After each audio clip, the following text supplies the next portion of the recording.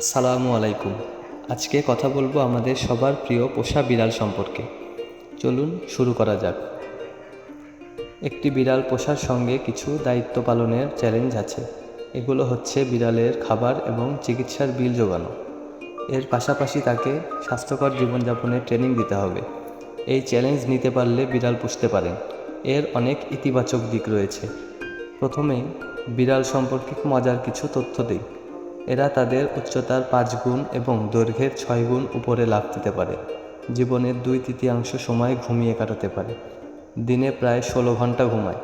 সাধারণত পুরুষ বিড়াল বাম পা প্রথমে দিয়ে হাঁটে, নারী বিড়াল ডান পা প্রথমে দিয়ে হাঁটে। খ্রিস্টপূর্ব 3600 থেকে বিড়াল পোষা হচ্ছে। বিড়ালের হাড়ের সংখ্যা 230টি। তারা মানুষের চেয়ে অনেক বেশি শব্দ শুনতে পায়। বিড়াল পুষলে বেশ কিছু উপকার পাওয়া যায়। এই আর্টিকেলে কয়েকটি উপকারিতা উল্লেখ করা হলো।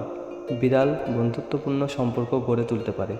সারাদিন অফিস করে বাসায় ফিরে দেখবেন পোষা বিড়ালটি আপনার জন্য অপেক্ষা করে আছে।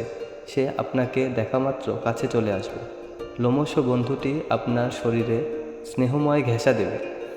এতে আপনি দুশ্চিন্তা করার সময় পাবেন না। স্ট্রোকের ঝুঁকি কমাবে। মন ভালো থাকবে। বিড়ালের সঙ্গে মানুষের সম্পর্ক বরাবর বন্ধুত্বপূর্ণ হয়। একটি পিং পং বল দিয়ে তার সঙ্গে খেলতে পারেন। এতে আনন্দ পাবেন। আপনি যদি শহরে বসবাস করেন আর একটি পোষা প্রাণী নিজের বাসায় রাখতে চান, সেক্ষেত্রে বিড়াল রাখতে পারেন। এরা অল্প জায়গায় বসবাস করতে পারে।